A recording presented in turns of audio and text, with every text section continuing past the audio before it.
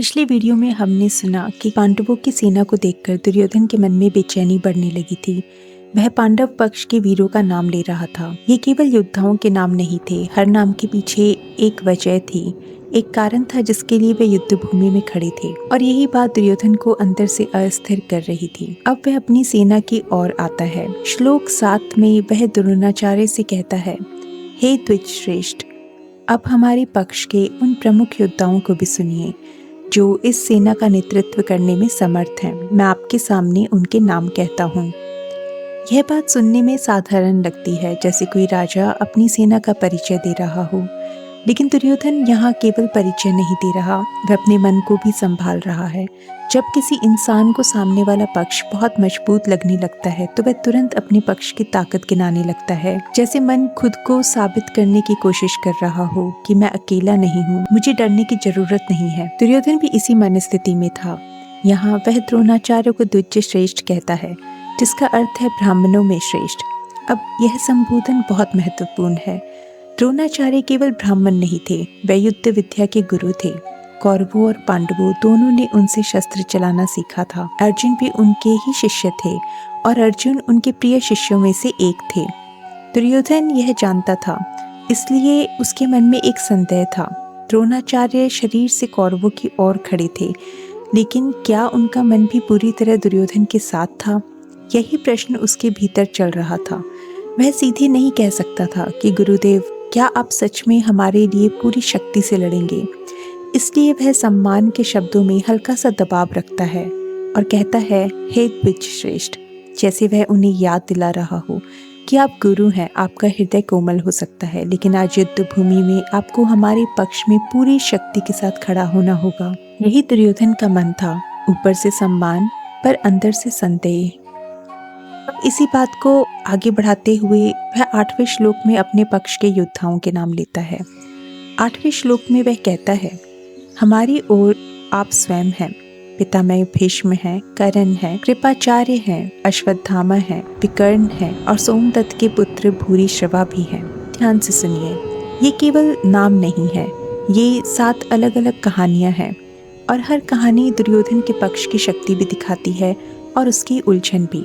सबसे पहले द्रोणाचार्य, जिनके बारे में हम पहले ही बात कर चुके हैं कि वह एक गुरु थे जिनके सामने कौरव और पांडव दोनों विद्यार्थी बनकर खड़े हुए थे। उन्होंने दोनों पक्षों को युद्ध की कला सिखाई, इसलिए उनका युद्ध भूमि में किसी एक पक्ष में खड़ा होना अपने आप में बहुत बड़ा संघर्ष था। दुर्योधन उन्हें अपनी ताकत में गिन रहा था, लेकिन उसके मन में यह डर भी था कि गुरु का हृदय कहीं शिष्यों में भेद न कर पाए। फिर आता है भीष्म का नाम। भीष्म केवल योद्धा नहीं थे, वे प्रतिज्ञा का दूसरा नाम थे। उन्होंने जीवन भर अपने वचन को निभाया।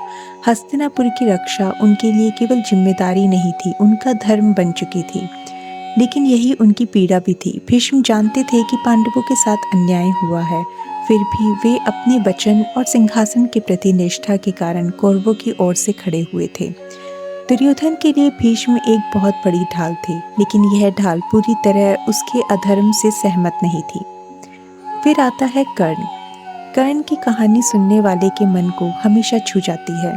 वह जन्म से महान था, लेकिन जीवन भर पहचान के लिए संघर्ष करता रहा। उसके पास प्रतिभा थी, पर सम्मान देर से मिला, और जब दुर्योधन ने उसे सम्मान दिया तो कर्ण ने उसे जीवन भर नहीं भुलाया। इसलिए कर्ण दुर्योधन के लिए केवल योद्धा नहीं था, वह एक मित्र था, उसका ऋणी था और ऐसा साथी था जो अंत तक साथ निभाने को तैयार था।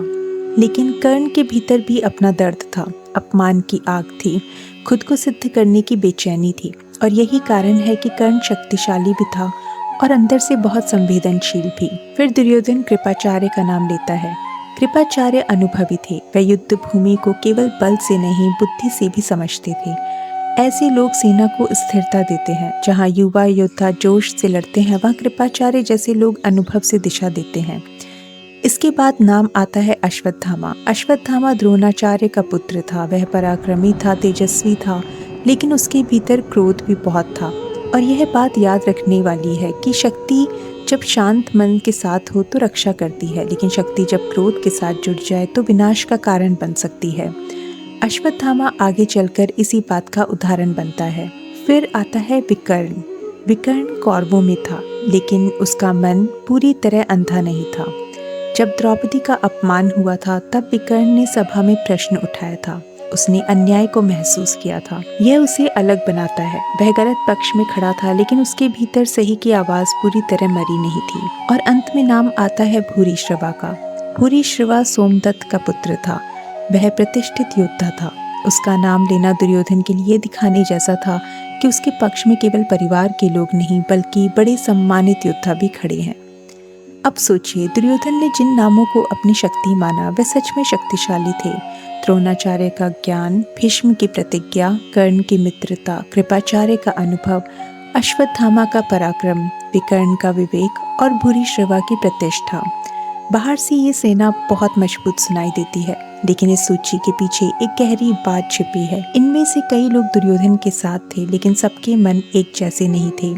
भीष्म वचन से बंधे थे, द्रोणाचार्य कर्तव्य से बंधे थे, कर्ण उपकार और मित्रता से बंधा था, विकर्ण परिवार से बंधा था और अश्वत्थामा अपने पिता और अपने क्रोध से बंधा था। यानी दुर्योधन के पक्ष में लोग तो बहुत थे, लेकिन हर व्यक्ति अपने भीतर कुछ न कुछ संघर्ष लेकर खड़ा था, और यही युद्ध को रोचक बनाता है। यह केवल दो सेनाओं की लड़ाई नहीं, यह उन मनुष्य की लड़ाई थी जो बाहर एक पक्ष में खड़े थे, लेकिन भीतर अपने अपने प्रश्नों से जूझ रहे थे। अब इसे आज के जीवन के सच से जोड़कर सुनिए। आज भी कई जगह ऐसा होता है, बाहर से सब साथ दिखते हैं, लेकिन अंदर सबके मन अलग अलग जगह खड़े होते हैं। किसी का साथ प्रेम से होता है, तो किसी का साथ डर से, किसी का साथ मजबूरी से, किसी का साथ पुराने उपकार से, और किसी का साथ केवल इसलिए क्योंकि अब पीछे हटना मुश्किल हो चुका है।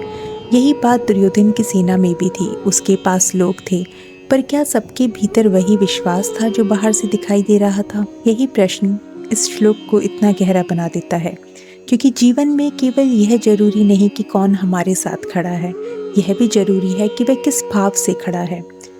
साथ केवल शरीर से नहीं होता, साथ मन से भी होता है, साथ सत्य से भी होता है।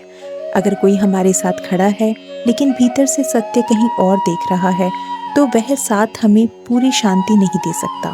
दुर्योधन के पास बड़ी सेना थी, लेकिन उसके भीतर शांति नहीं थी।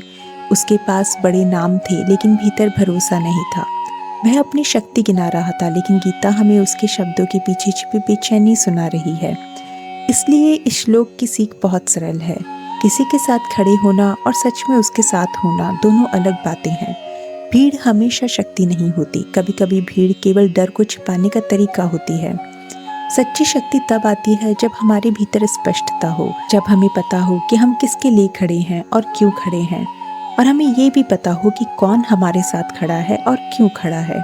दुर्योधन के पास योद्धा थे, लेकिन पांडवों के पास उद्देश्य था। और युद्ध में केवल हथियार नहीं लड़ते, मन भी लड़ता है, संकल्प भी लड़ता है, सत्य भी लड़ता है। अगले श्लोक में दुर्योधन कहेगा कि उसके पक्ष में और भी बहुत से वीर हैं जो उसके लिए अपने प्राण देने को तैयार हैं। लेकिन यही बात एक बहुत बड़ा प्रश्न उठाती है, क्या किसी के लिए प्राण देने को तैयार होना ही सच्ची निष्ठता है, या सच्ची निष्ठता वह है जो हमें गलत रास्ते पर जाते हुए रोक सके? अगली वीडियो में हम इसी बात को समझेंगे।